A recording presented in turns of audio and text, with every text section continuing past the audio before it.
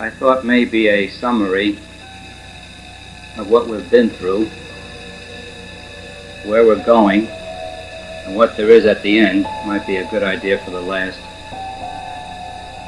talk of this series. I really don't know how we started, at what point, but the way I like to look at it is that everyone is seeking happiness, full and complete, with no taint of sorrow. That happiness is our very own basic natural nature, which I call the self with a capital S. And because it's our basic natural nature, is the reason why everyone is seeking happiness. And in the end, we see that happiness with a capital H, God with a capital G, turns out to be the same thing.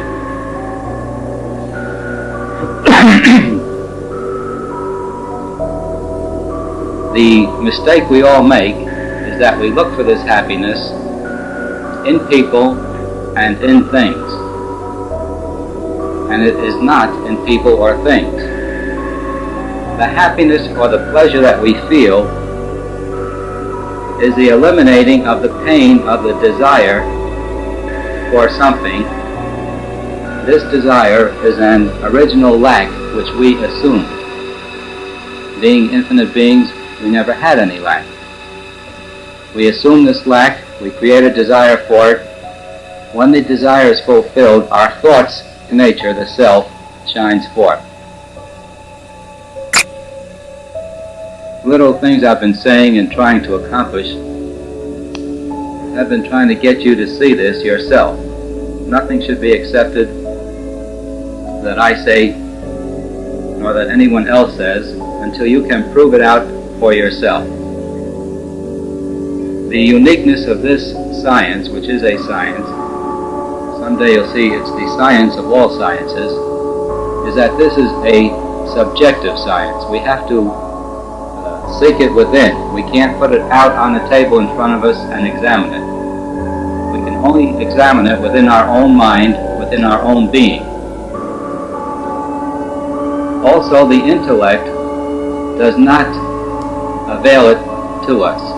The intellect can get us in the right direction to find it. And the right direction is by stilling the mind and by experiencing this truth, this knowledge. So only by experience can we get to know this.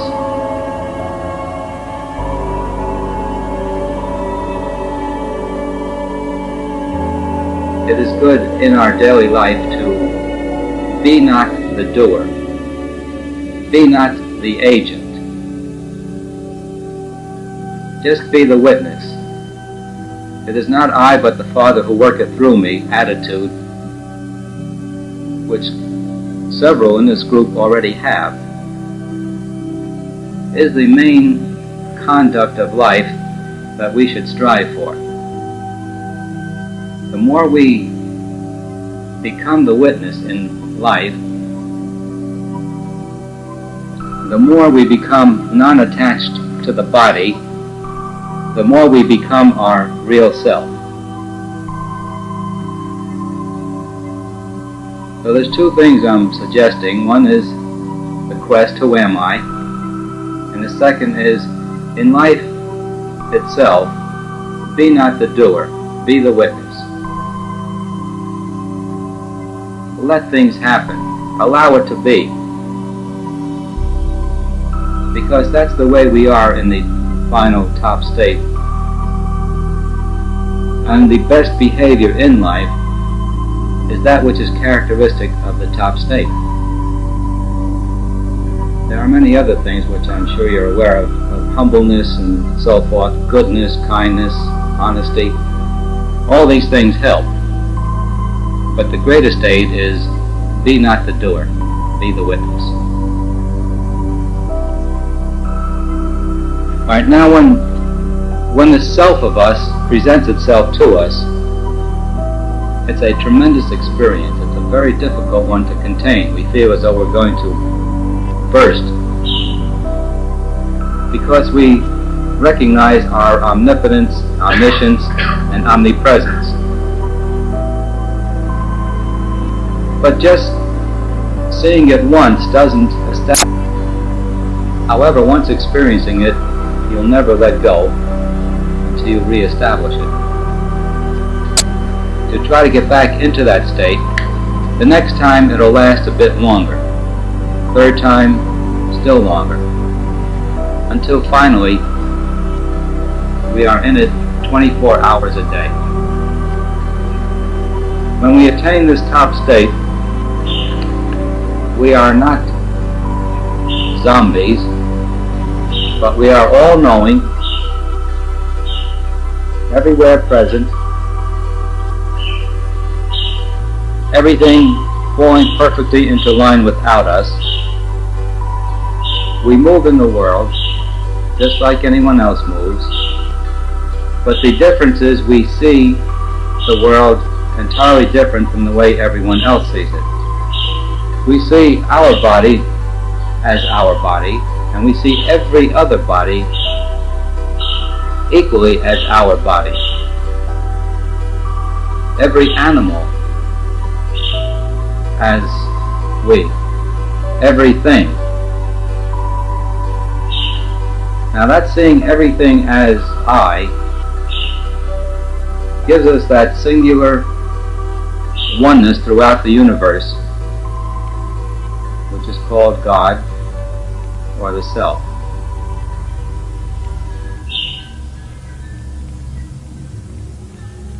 We see our own body moving through life almost like an automaton. We sort of let it, nothing that happens to that body can affect us. Even if we're crushed, disintegrated, it wouldn't mean a thing to us, because we are fully knowing that we are not that body. We know our eternal beingness. So one who has attained the top state is difficult to distinguish from anyone else. He'll go through the same procedures of life, whatever he was doing before, he might continue to do. But his outlook on life is entirely different. He's completely egoless. He has no concern for his own body. He is interested more in others than he is in himself. He is interested in all humanity. Whatever he does has absolutely no ego motivation. His body will continue to live its normal span in the eyes of those who are not fully understanding, and usually goes out the same way most bodies go out, via so-called death and coffin. But the one who was originally connected with that body never sees any of this death. He sees this entire world as an illusion that was created mentally, just as we create scenes, cities, and worlds in our night dreams. And when we awaken, we realize there never was such a thing. In the same way, when we awaken from this waking state, we see that the whole thing was a dream and never really was. That the only thing that ever was the absolute reality, infinite, all-perfect, all-knowing, all-powerful, omnipresent.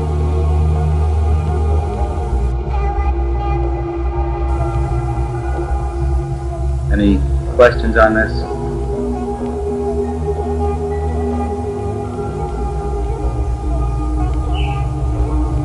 Not the doer, don't you plan, don't you do everything normal, or is it bad? No, the right way is not to plan, because everything's perfect. Let it happen.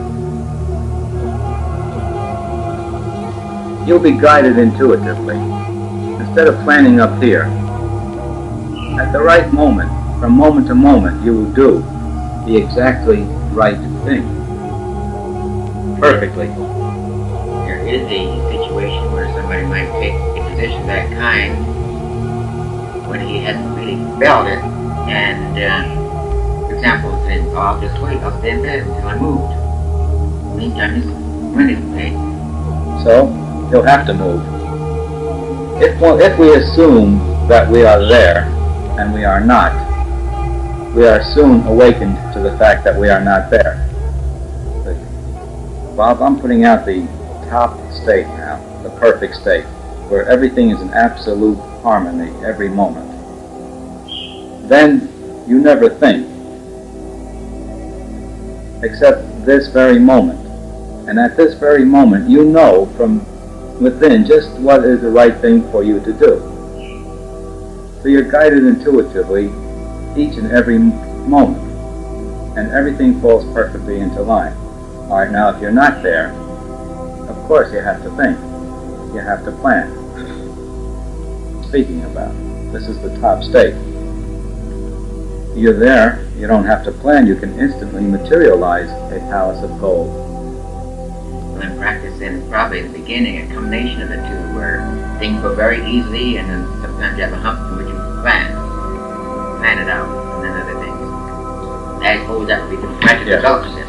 Use that which is available to you now. If we are in a thinking realm, of course, we have to think.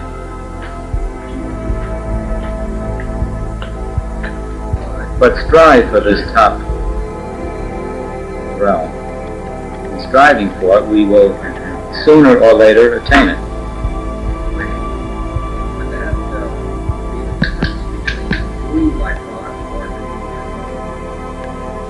Definitely, yes.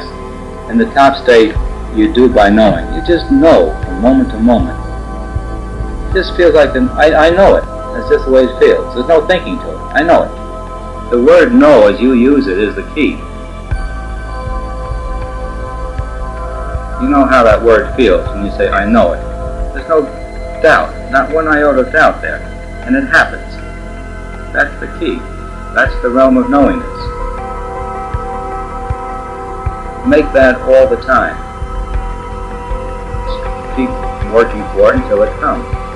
The quickness in which we attain this is determined by the intensity of the desire for it. The more we desire this top state, the sooner it comes. Everyone makes it eventually. I'm convinced the majority of people on Earth today will probably take 2 million years, even more. But any one of us who are consciously seeking the way out can do it this lifetime.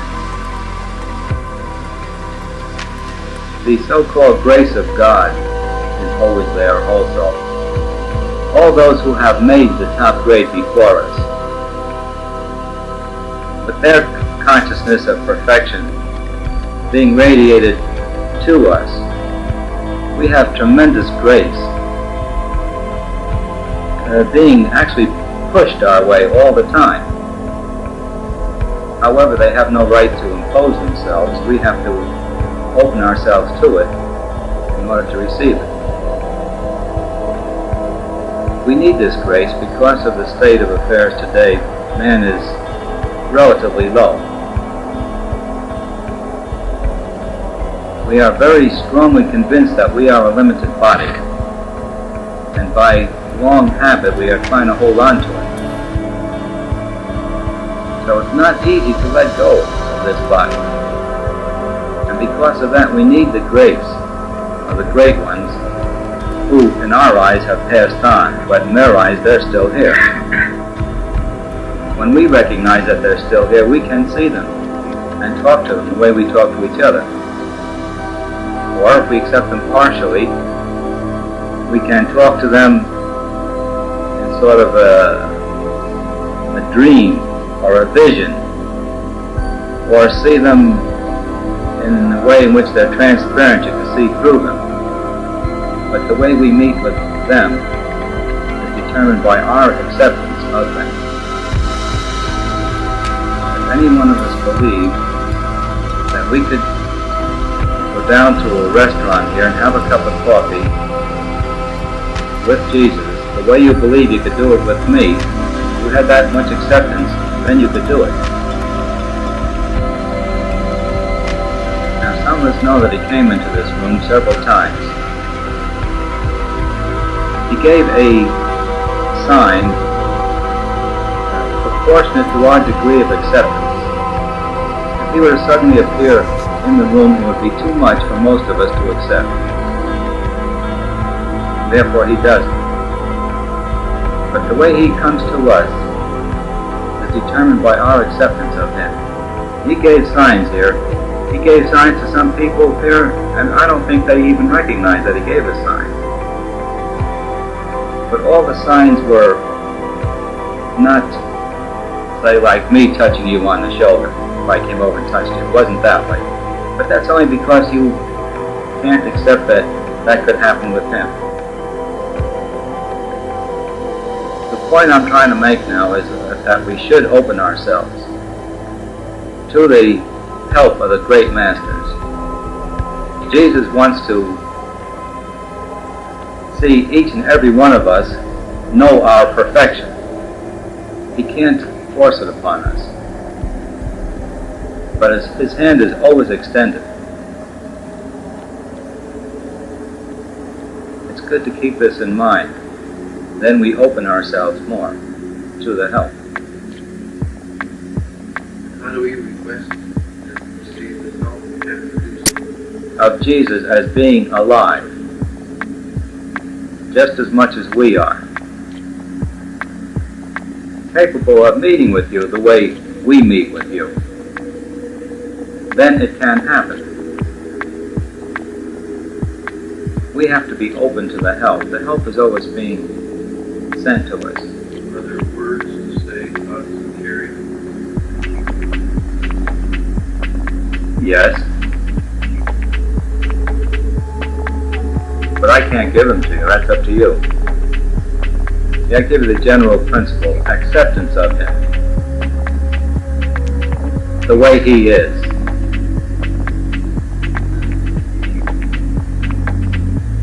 Don't expect him to be not Christly, because he won't be that. However, he can appear as a very humble human being in form. Being omnipresent, at any moment he can appear to anyone and speak with them. He will be as Christ, it won't be in disguise, it will be the maker. The only disguise is the one that we put on him. He will never as Christ. And when I use the word Christ, I mean the principal Christ. That's not his name. His name is Jesus, the Christ. The man Jesus had the Christ consciousness. We have to accept him in his consciousness, which is extreme humility, simplicity, no Hollywood glamour.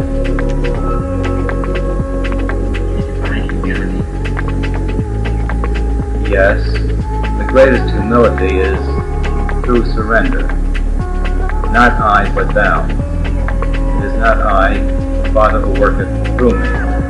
Everything I do is God's work. I am not doing it. Of individuality. You got to surrender yourself as an individual. From where you stand now, the other person should not concern you. The only thing that should concern us is what we do. It matters not what your attitude is toward me. You could hate me with every cell in your body, but it's of extreme importance what my attitude is toward you. While you're hating me, I should love you fully and completely. Then you'll understand the answer to all questions. See, when you separate, but when we love and only love, we are using the most formidable power in the universe. No one and no thing can harm us. We could never ever be hurt, unhappy, if we would only just love without any hate.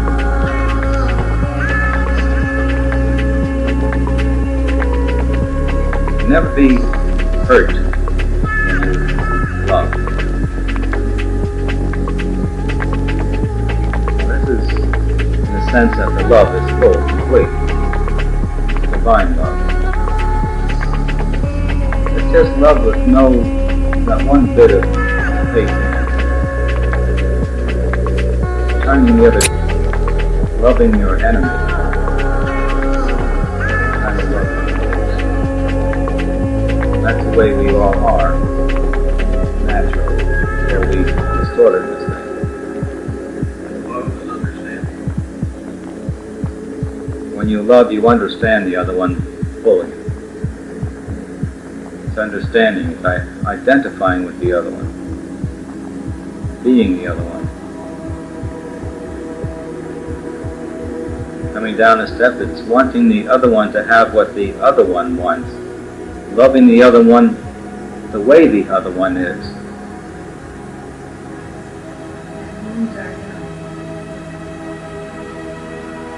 In reality, we have only one enemy, that's ourselves. No one can do anything to us. No one can do anything for us. Someday you'll say this, that we, in our consciousness, determine everything that happens to us. Our idea of ourselves.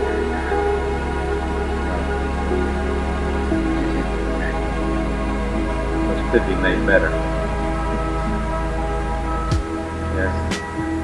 When you say understanding, do you mean understanding in a logical sense? Understanding the things that move them? Or do you mean understanding in an acceptance of questions of the reasons they're doing things?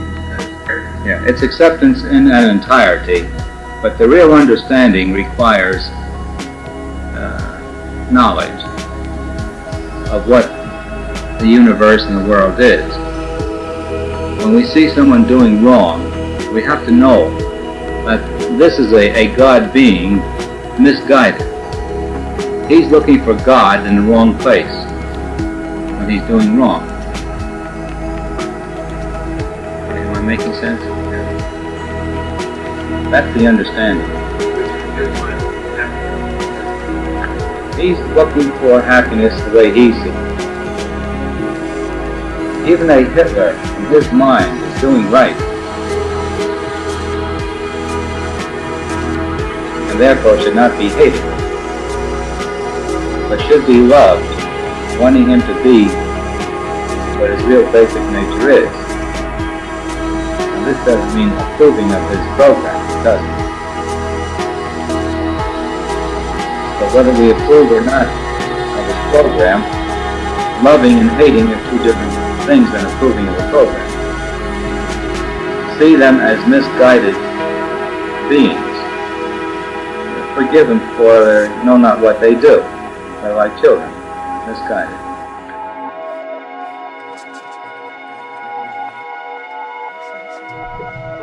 I'm trying to fix you so you can't ask a question. By asking you a question, are you? You've got to answer yes. And I say, good. That's it.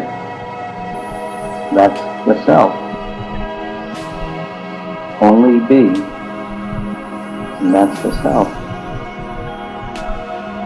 Which means stop being a body.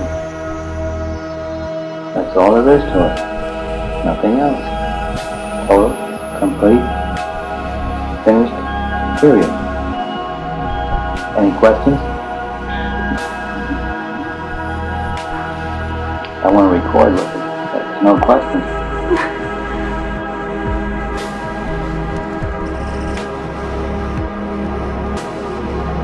Is that hard to understand? When you only are, that's it. That's your job. Stop being a body. Identify with your beingness. You say you are. Identify with that. And let go of identifying with the body. That's all there is to it. Yeah, there's no spirituality in helping the world to progress.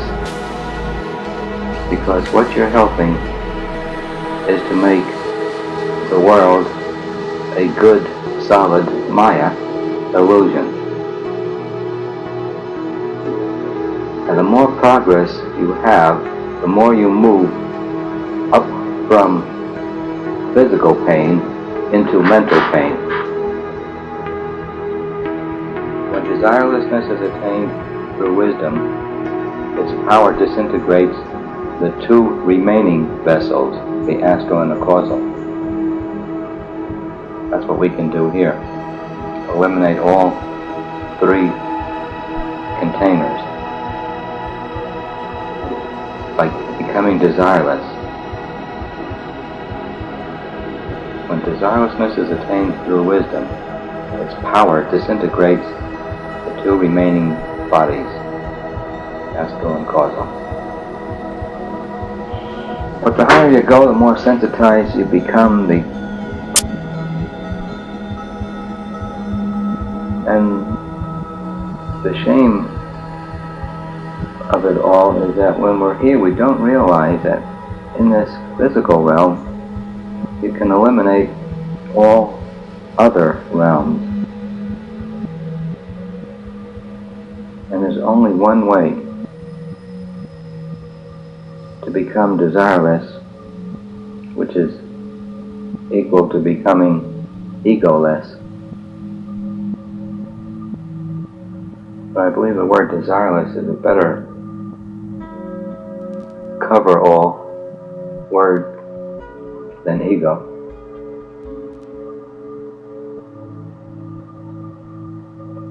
So, why don't you let go of your desires? They bring only agony,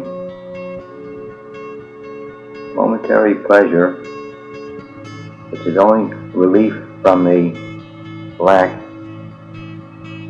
artificially created, with lots and lots of pain. It's one thing people don't seem to know is how intensely they're suffering all the time. Compare it to the top state. Wow. All these subconscious thoughts are a real heavy burden, agonizing. So, I'm trying to sell you the idea that this world that you still think is so wonderful is nothing but hell. And that by undoing it, you have an opportunity to undo a tremendous amount of future hell.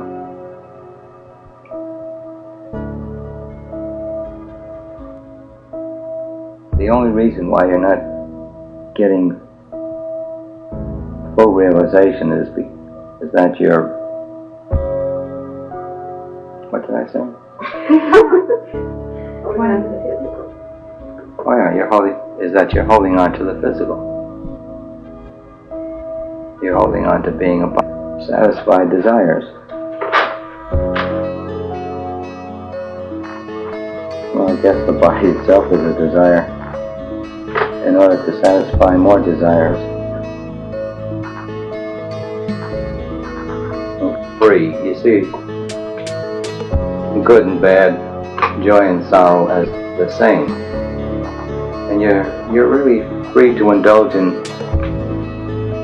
either or both or none.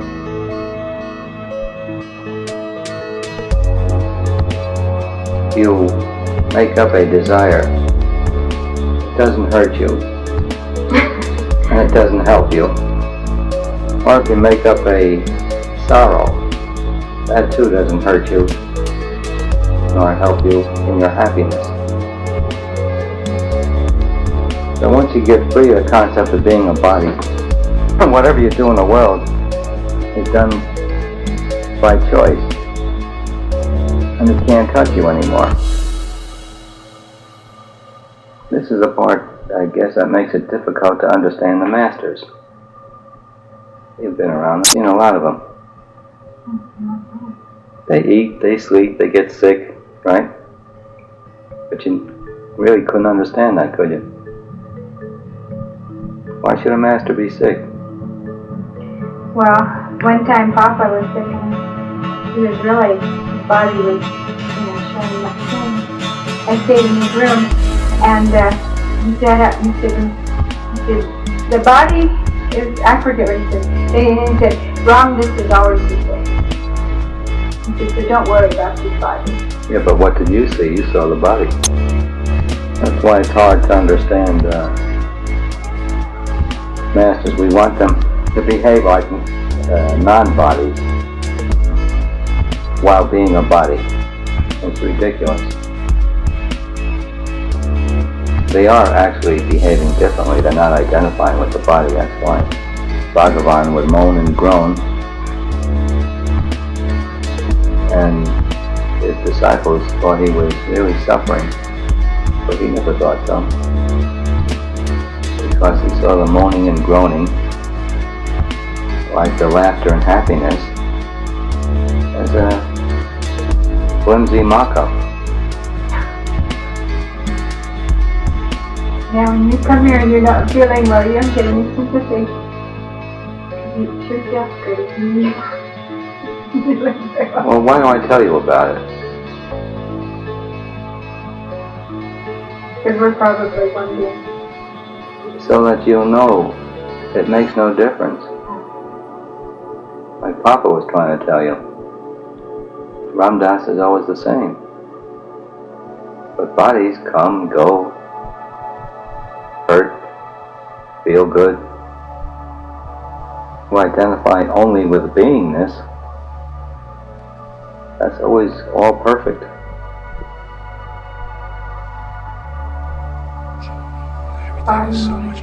Same with the mind. That's where the pain is. The mind is a subtle body. Better let the mind be the creator of the body. But you do have to eliminate mind. Because mind is the cause of matter. The mind itself is a limitation. We're getting intellectual now. So I ask you again, why don't you give up this misery, this world, this body?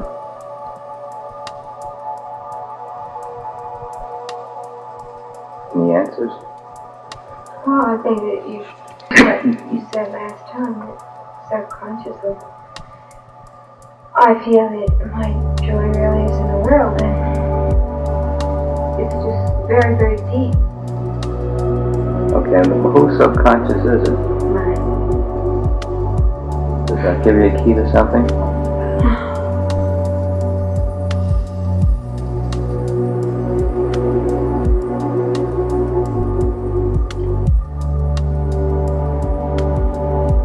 But the chances are you undo the mind in parts, in large chunks.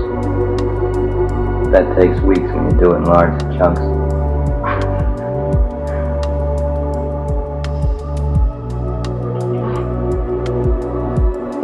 And fortitude.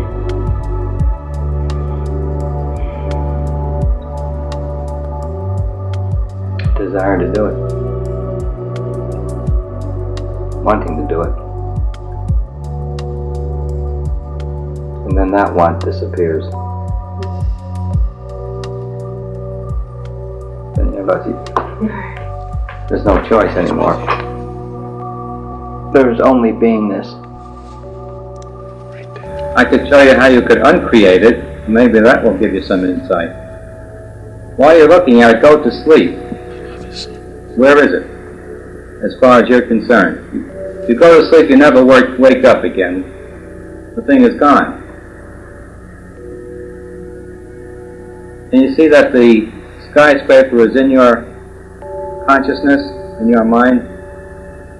Because you go to sleep, you let go of your mind, the world's gone. Right? When you go to sleep, you let go of the world. It disappears for you. Of course, there's a lot of common agreement on creation. We all created that skyscraper, we think.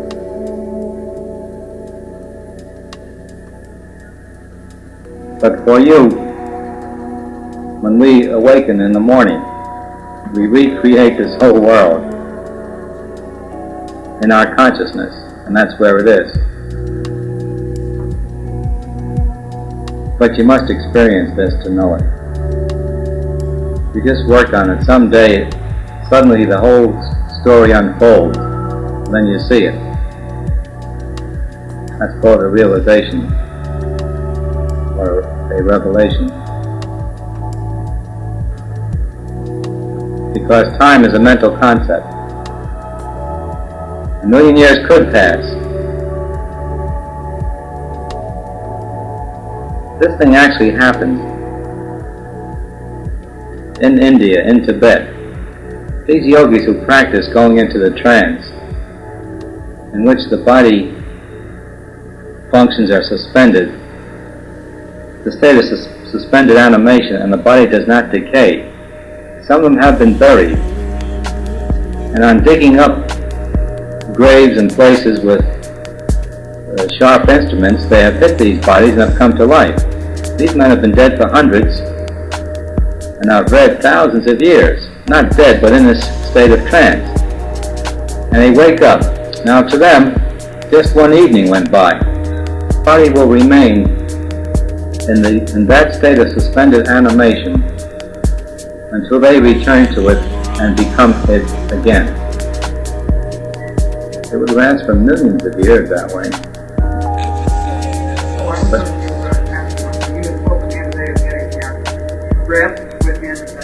Like 8 hours rest and 15 or 1 second. 1 second, yes. How do you do this? There are many times when we do need it. Now this infinite being that we are is omnipotent. If we can drop into our real self for just a moment, it takes no time to rejuvenate in that state. It's the state of sleep that we call sound sleep, where there's no dreaming. It's a complete and total let go, just for a moment. Many people do it through what they call cat naps. They'll sleep 10-15 minutes and feel as though they've slept 8 hours. They could do it immediately too, just a complete total let go of this world and of the dream world, of the sleep dream world.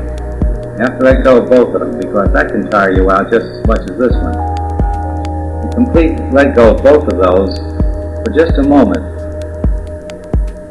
will rejuvenate the entire body. We look up the power station for a moment and get a shot of God substance and vitality or whatever. Yeah, it's unlimited energy there, and all right, when you can do that, you can go one step further. Since you know the energy is there, you don't have to let go to take it. You can take it while conscious. Then you'll never need to sleep. You'll never get tired. You'll always be full of energy. And that's why some of these people that I have read about that haven't slept for 30 or 40 years, somehow or other they're hooked up without their knowing it. I know I fell into that state of no sleep. I forget how long I remained in it. But when these things come to one, the tendency is to want to be like others. And I started sleeping 1 hour, then 2 hours, and I got up to 5, 6. I don't know how much I sleep now because it varies. Sometimes won't get sleepy. When daylight comes up, I say, well, it's time to go to bed, Lester, and I'll go to bed. And I might get up 9 o'clock. Other times I might go to bed midnight and get up at 7 or 8. But when that comes, you can go around the clock, and it comes in very handy. I started that Long John show in New York. It was an all-night show.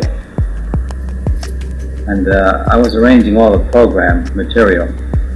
So I needed the day to gather the programs, and I was with the show at night. So I went on and on. The first month, I remember I slept one evening. I think the second month I slept 2 evenings. I had some time off. But people used to look at me and say, how do you stay up all night and not get tired? I was always full of energy. They thought I was sleeping during the daytime sometime. They couldn't understand how I could stay up all night and stay awake. But the energy that we pick up by going to sleep is available all the time. If we just take it directly, we need no sleep. Sleep is just an escape from this world. The world's too rough for us, and we have to die to it in order to stand up the next day and keep fighting it. It's also the pleasure of bodily less living without the body. Everyone likes sleep and fears death. The only difference is the length of time.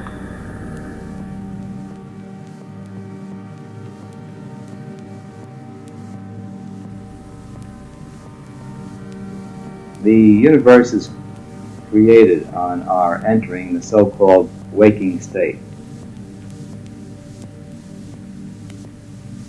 We step out of the so-called waking state, there's no more universe.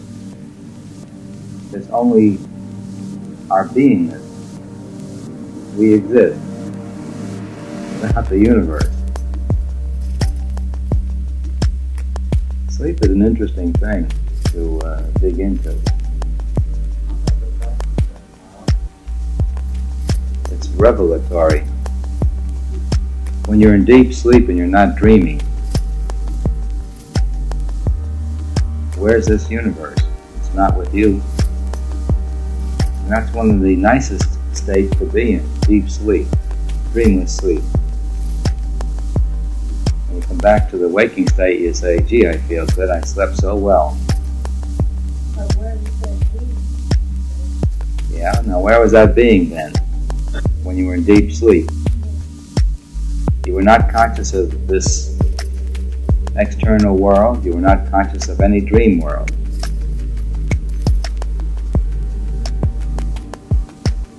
You were just being at that time. You were actually in the state of your infinite self.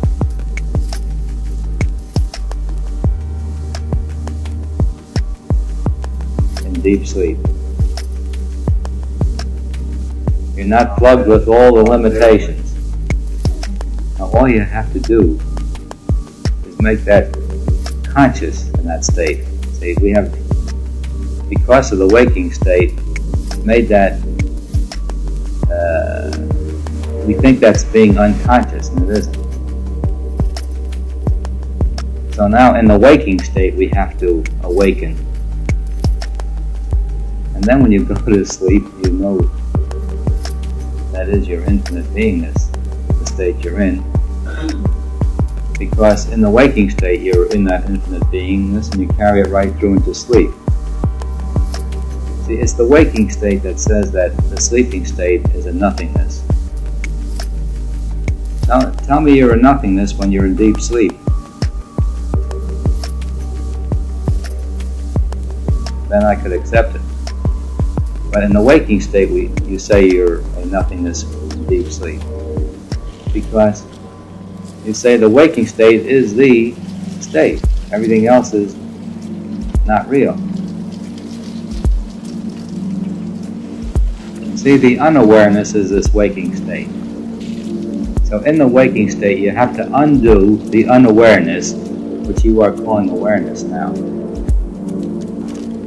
You see it? What we call awareness now is the delusion, dream illusion. Undo that, and then there's total awareness.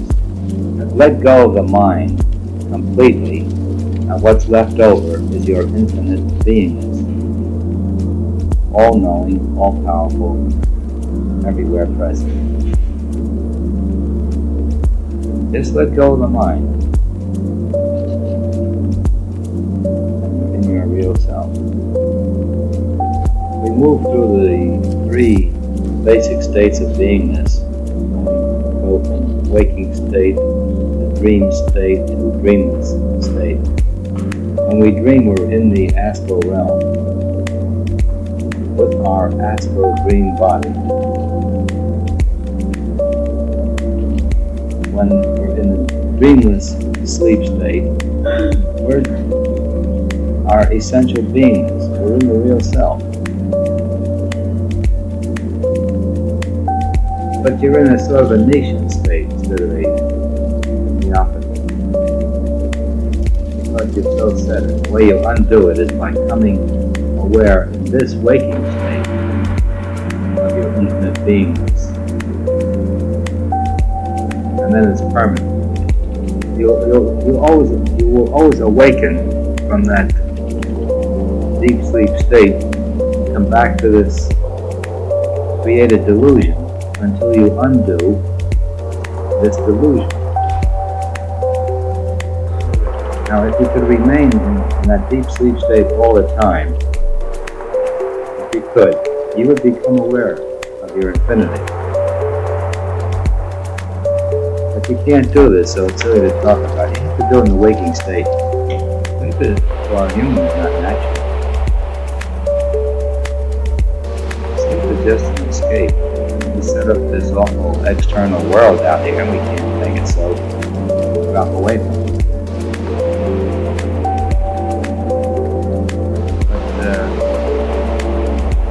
But people who are realized don't have to sleep. Most of them do.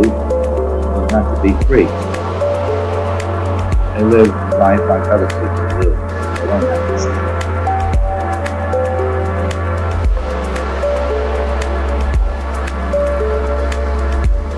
When you're in harmony, you never feel tired. You never want to sleep if you're in harmony.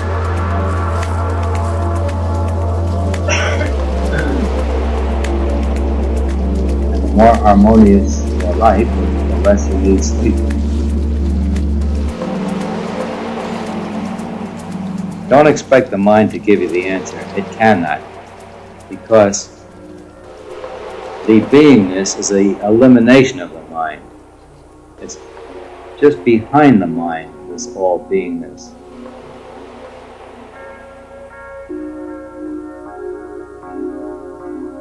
But the mind cannot give the answer because it's part of the ego. It's part of our limitation. But you have to work with the mind to subdue the mind, sort of.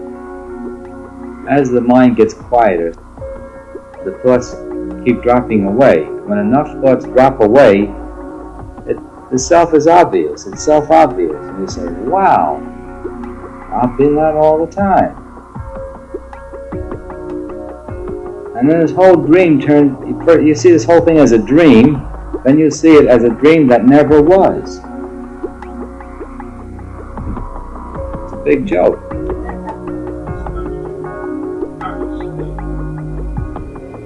In the waking state, yes. You just pose the question, who am I? Get the mind quiet until see the self of you, the real you, sort of takes over it and carries you all the way. And there's nothing you can do about it when the self comes in. Because you, the real ego, is overwhelmed. The self presents itself to you. You present your real self to you. This is the revelation. And the mind cannot give it. But the mind can steer you in the direction of getting it.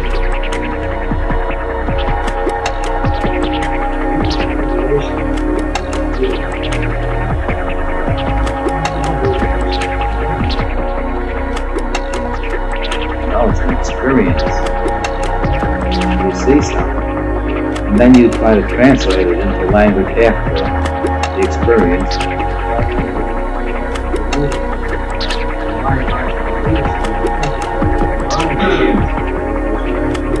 Yeah, because it's hard for you to imagine yourself without a mind. And yet in deep sleep, where was your mind? It was dead.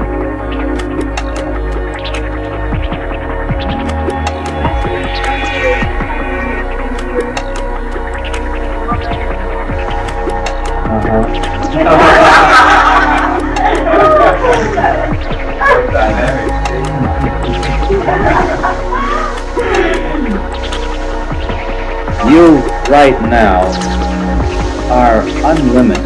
You're infinite. Right now.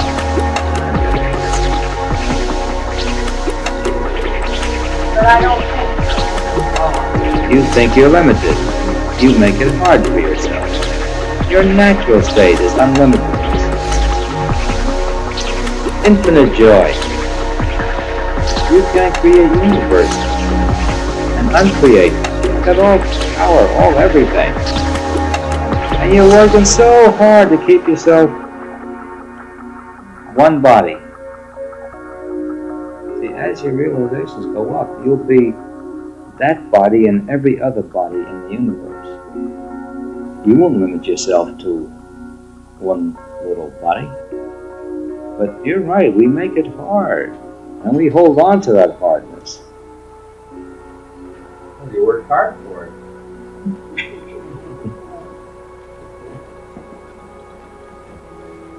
Well, someday you wake up to the fact that when we all say I, it's the exact same I. It's like looking at the moon reflected off a water surface. It looks like 1,000 moons. It's all one. We're deflecting it, reflecting it into 1,000, millions of eyes. It's all the one same eye. It's like a comb with a teeth saying, you're separate from mine. It's all the same comb. It's a lie to say that we are separate. We're not.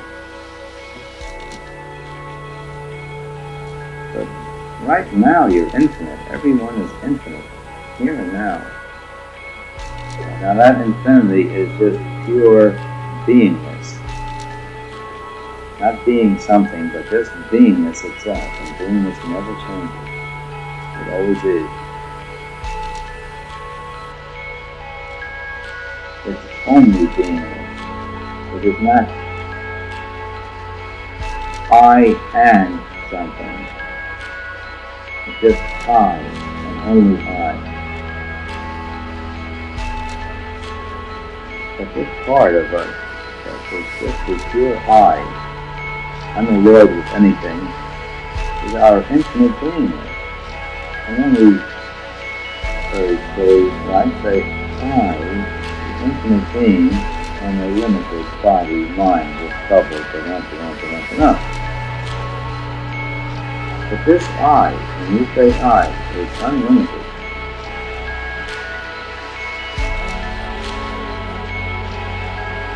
And you can't limit it, actually. So it's all a delusion that it's limited. When you awaken to that fact, you see it. But you never were limited. No, the only thing I do, it's like a woman wearing a necklace. She forgets it. Suddenly she can't find her necklace. She's looking all over for it. She goes into an anxiety of, oh, where's my necklace? Lost it. I come along and say, there it is, right around your neck. He says, oh, now I found it. Thank you very much. You never lost your necklace in the first place. You never lost your real self.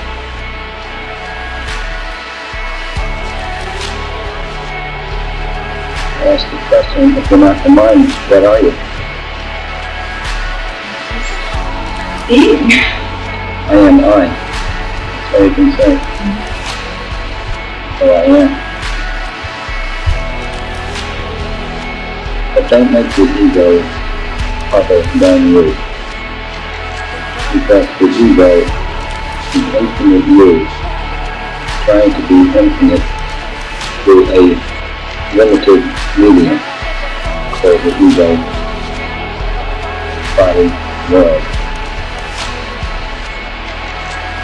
So it's always you when you behave as an ego or just remain as yourself. You get the point, it's no responsibility when you say the ego is doing something to me. The ego can't. The ego is just like a boat that clamps down on you, squeezes you. Because it's squeezing your freedom. But it's you doing it. By identifying yourself with a body, mind. You're not fully realized only because you say you're not. Keep until I'm fully realized means I don't believe that I am, right? You let go of that, you are.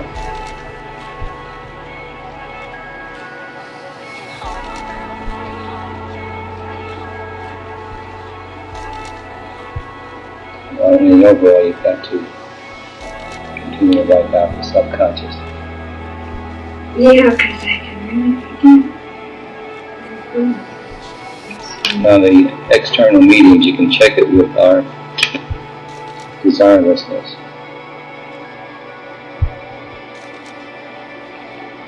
When you have no more desire, you have no more thoughts.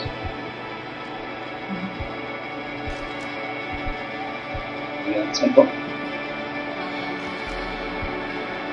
It's only the artificial creation of a lack that creates a desire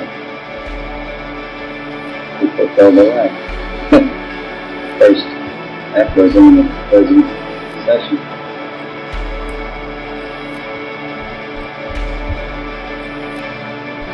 Letting go of desire is tantamount to letting go of all thought.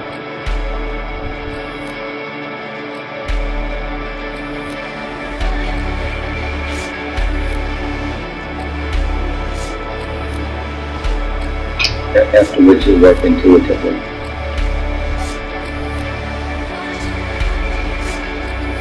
But now that you know you're not the mind, let go of it, and you'll discover you won't disappear. But you'll just get all the joy there is, which is infinite if you want it. So keep the momentum going, and go all the way.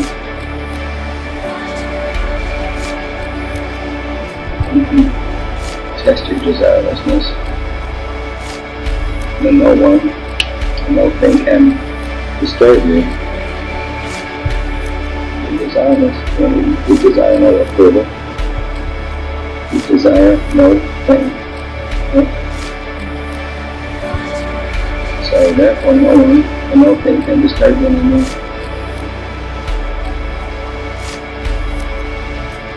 So it boils down to getting rid of desire, getting to a place where no one, no thing can disturb you. And you've got it.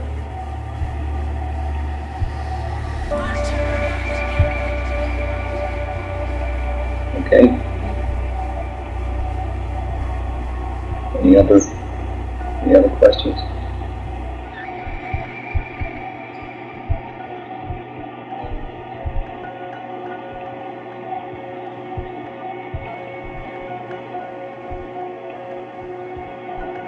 Never stop the momentum. Never, never, never. It's so difficult to reestablish it. Everyone so far has stopped it. If anyone didn't, that one would have been there all the way. Because the rate keeps increasing geometrically.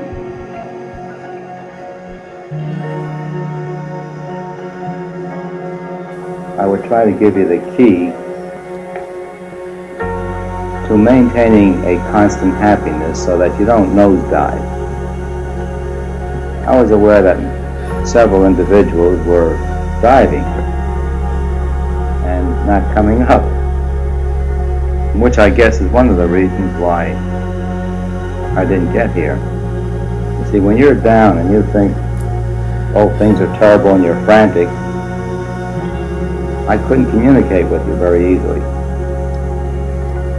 Also, if I came here and you got this lift and got out of it, you would say that I did it,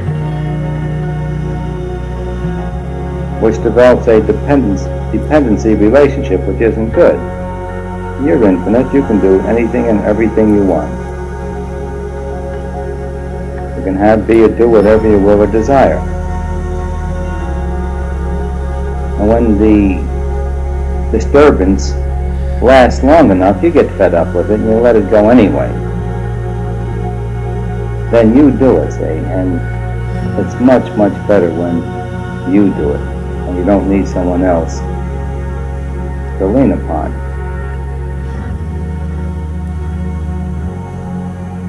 But I kind of felt that what the group would like to know at that time was how to maintain this happiness.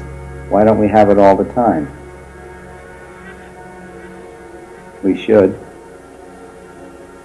And so I thought I'd try to give you the understanding or the key to the understanding that'll help you develop happiness that lasts. Alright, now this is the key. When you understand, or when you know what happiness is, then you're able to establish happiness more and more until it's all the time. But the key is knowing, what is this thing, happiness? When you know what it is, you look for it where it is, rather than look for it where it isn't. Looking for happiness where it isn't is what gives you misery. Looking for happiness where it isn't is what causes you to nosedive.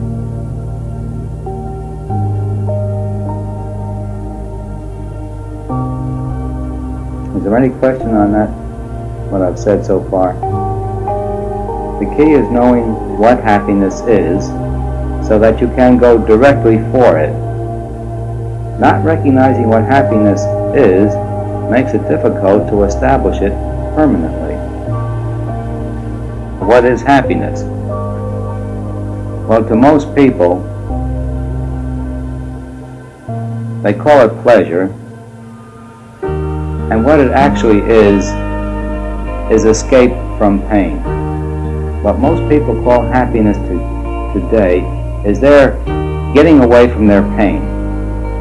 Escape, entertainment. They cannot stand being with themselves, with their own thoughts. They have to run to a movie,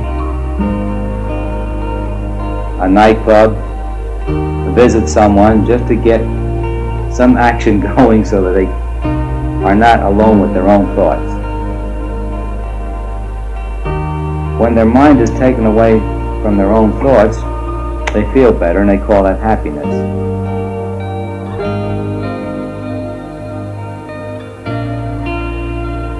All entertainment is actually that. Although when you become free, you can enjoy entertainment far more than before, but you need none of it because you're happy.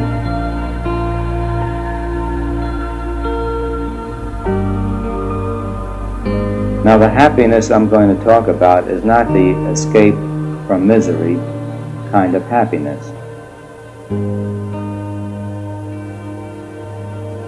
It's the joy that results from being your real self. The more we are our real self, the more joyous we feel.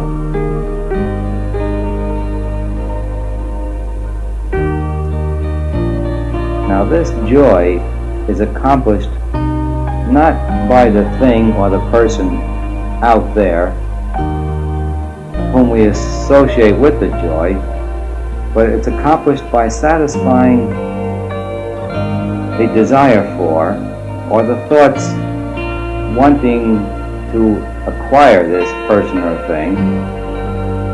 We quiet those thoughts, and the quieter the mind is, the more the self can shine forth.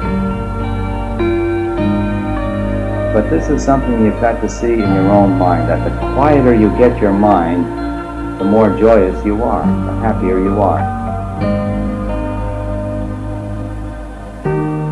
It's good to play with this, experiment with it until you see it. That whatever that joy was, it always resulted in quieting of the mind, and then you feel happy. Then you begin to let go of attaching unhappiness to people and things. You begin to see that the joy is only your very own self coming out more. But then when you see what this happiness is, you're not going to look for it where it isn't. And you reach the place where you need no one and no thing to be happy. You just are happy all the time.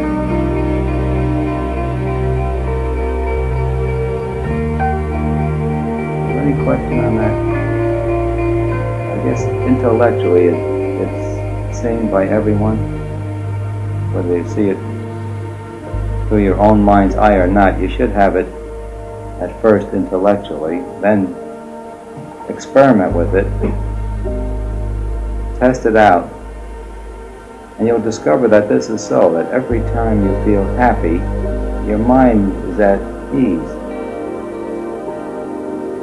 And that what you attributed to the person or thing outside of you was something going on within you, the quieting of your mind, so that your real self could shine forth more. Then when you see this, you won't bog down anymore, because the moment you become unhappy, you'll know just where to go to reestablish the happiness. First, recognizing that the happiness is not the person or the thing, but the quieting of the thoughts of desire for the person or thing, which allows you to just be more. When your mind is on things out there, you're not being. You're involved with externals.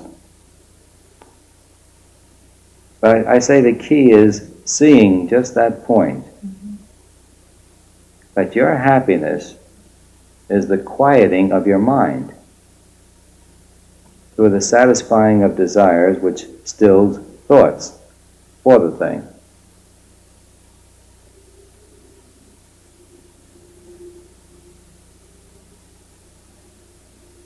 When you actually see that in your own mind, you can do it directly.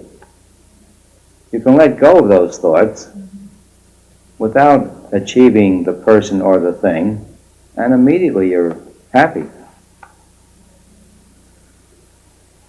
But the overall thing is that you move toward happiness where it really is, in you, not in the externals. And in that way you establish a state of happiness that is continuous.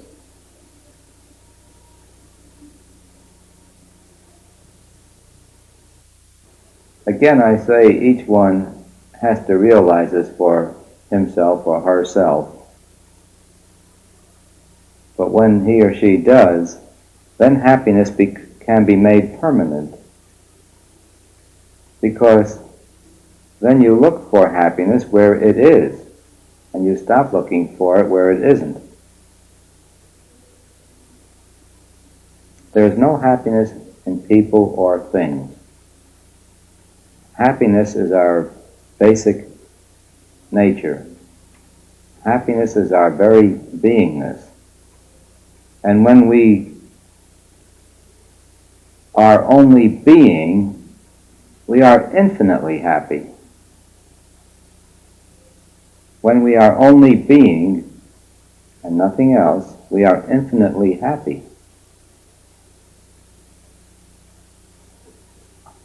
It's knowing your infinite beingness that is eternal, it never changes, and that this whole world cannot touch you. It's just a fiction, a dream, and you move through life with no attachments and no aversions. Then no one and no thing can disturb you. And you have this infinite peace and joy that's constant. Now, the only difference between a fully realized individual living in the world and one who is not is their attitude toward everything. Right. An unrealized person identifies with a single limited body-mind. A realized person identifies with everything, every being, every atom. Your very nature is joy. You don't get it out of everything that happens. Your basic nature is unlimited joy. This is your natural state. As long as you don't hinge it onto a person or a thing, it's there all the time. But if you say you can't have joy unless I do something, you limit your joy. The natural state is unlimited joy. This is the real natural state. The natural state is being infinite. And we superimpose over that thing all these ideas of limitation, of needs, attachments, aversions, which block out this infinite joy that is natural.